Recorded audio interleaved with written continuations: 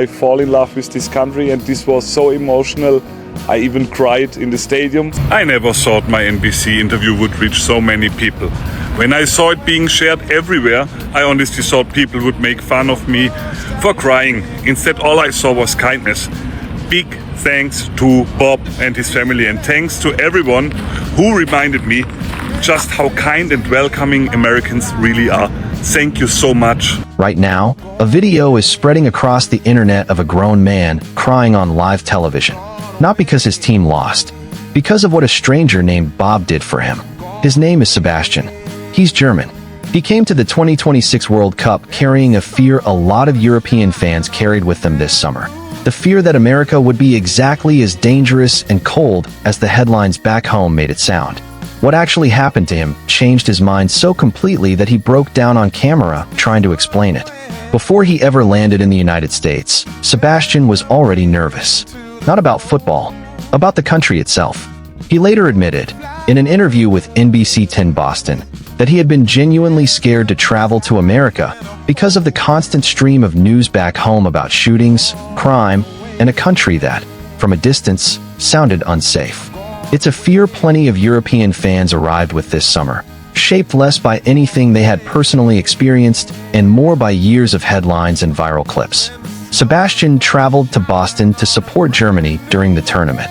Their run came to a painful end in the round of 32, eliminated by Paraguay in a penalty shootout that finished 4-3. For most fans, a loss like that would be the low point of the entire trip. For Sebastian, it barely registered compared to what happened next. After the match, Sebastian and his friends found themselves stuck. No easy way back to their hotel, no clear plan, in a city none of them knew especially well. That's when a local man named Bob, along with his family, stepped in. They didn't know Sebastian. They had no reason to help a stranded German tourist they'd never met. But they offered him and his friends a ride back to their hotel anyway, with nothing expected in return. Quick pause before we get to the interview that made this story go viral.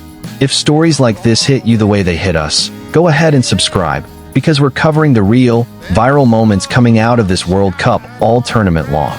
Drop a comment and tell me if a stranger has ever done something for you that you never forgot. Let's keep going. Sebastian said he watched the video of that ride back to the hotel dozens of times afterward. Something about it stuck with him in a way he clearly hadn't expected. When NBC 10 Boston sat down with him for an interview, he started trying to explain what the trip had meant to him, and partway through, he broke down.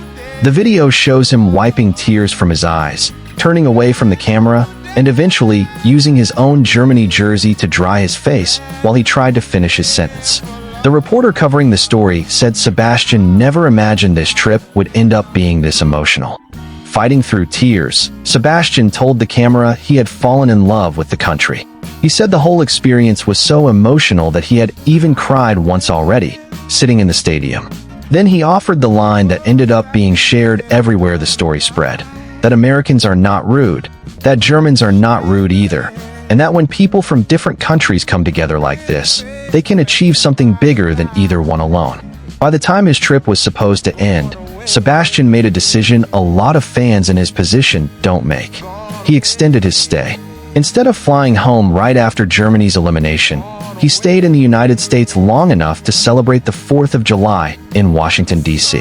He later said, plainly, that he was more upset about having to leave America than he was about watching his own national team get knocked out of the tournament. For a devoted football fan, that is not a small thing to admit.